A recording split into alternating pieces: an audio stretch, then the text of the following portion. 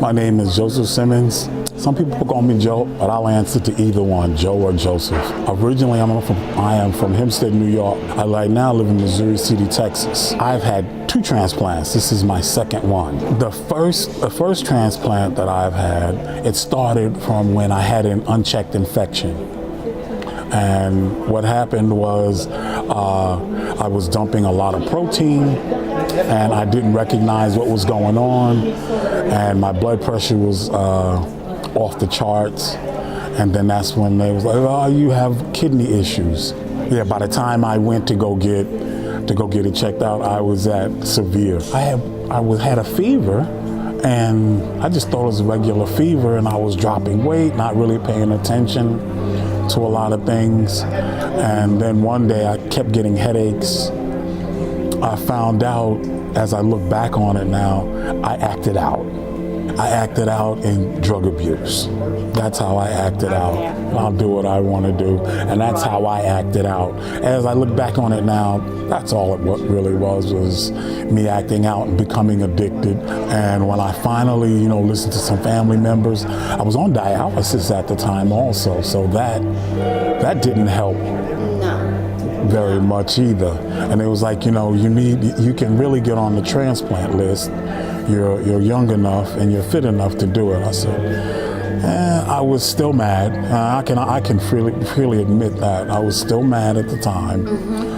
And for about 3 years, I wouldn't do anything about it. So finally, after speaking to my wife, I was like, okay, I'll go ahead on. I started in May of '99. I finally got clean and started walking a right path. 2005, I get my first kidney from a 19-year-old motorcycle accident or gunshot wound. I think it was a gunshot wound. I never got a chance to meet that family. They just told me it was a 19-year-old male. They didn't say that, they just said he was 19. I don't know anything about who he was, what his name was. I know I had that first one for like 6 years. The creatinine, it just started not functioning as well. There's a chemical in the blood of kidney patients that they look for called creatinine. Those levels were starting to go up. And levels, they slowly climbed over maybe about a 6-month period. And then, so they were elevated. Yeah, they were getting elevated. So one day I go into the hospital because I'm not feeling well. And they were well, this doesn't work anymore. And they stopped the immunosuppressives. I'm in the hospital doing dialysis. And within probably about 2 weeks, I had a nephrectomy, a kidney removal. When that came out, I did dialysis and I was back on dialysis again. And I had been cut on a lot. And I'm tired of being cut on. They was like, well, you can get back on the list. Yeah, I'm not doing that again. I didn't, so then, I think it was maybe about 2 years, and I held on, and my spiritual mother, like, you need to get back on there. You need to get back on the list. I was like, no, I don't want to do it. And after a couple of times of speaking to me, she said, you need to get back on the list. I said, okay, I went and I got on the list. I went through my stages of doing it because I'm a little familiar with it now. And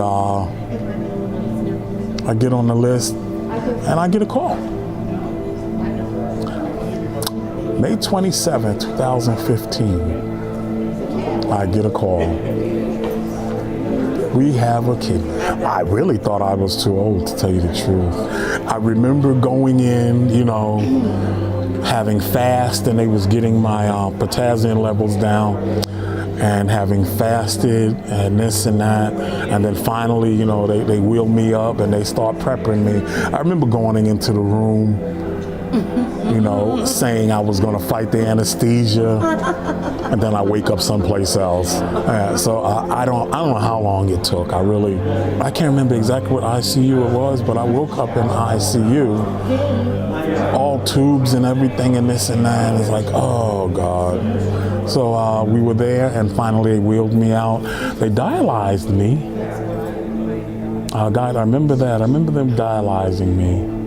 And shortly after that, they sent me up. My potassium level was was not normal, but something they were comfortable with.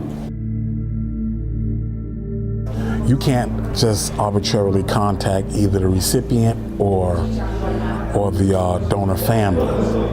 It has to be mutual, and there's an intermediary that go between the two to make sure both parties are good with it. Yeah. She came to me and she said, the person that you got the kidney from, family, would like to meet you. I was ecstatic. You were happy? I was like, you know, I really would like to do this because I really like to see the people, meet the people, and just show my appreciation.